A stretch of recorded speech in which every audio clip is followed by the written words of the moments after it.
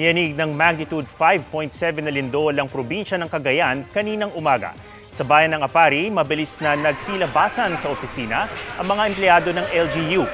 Ramdam din ng malakas na pagyanig sa Tuguegarao City at sa Isla ng Calayan, kung saan nasugatan pa sa ulo ang 11 taong gulang na lalaki na tumakbo ng yumanig, kaya nauntog sa kubo. Sinuspinde na ang klase at opisina ng gobyerno sa bayan. Nararamdaman din sa ilang bahay sa Batac City sa Ilocos Norte ang pagyanig. Ayon sa PHIVOX, naitala ang epicentro ng lindol sa hilagang silangang Dalupiri Island sa Calayan, Cagayan. Mga kapuso, samahan nyo kaming tumutok 24 oras. Bisitahin at mag-subscribe sa GMA Integrated News sa YouTube. Sa mga kapuso abroad, bisitahin ang GMA Pinoy TV at www.gmanews.tv.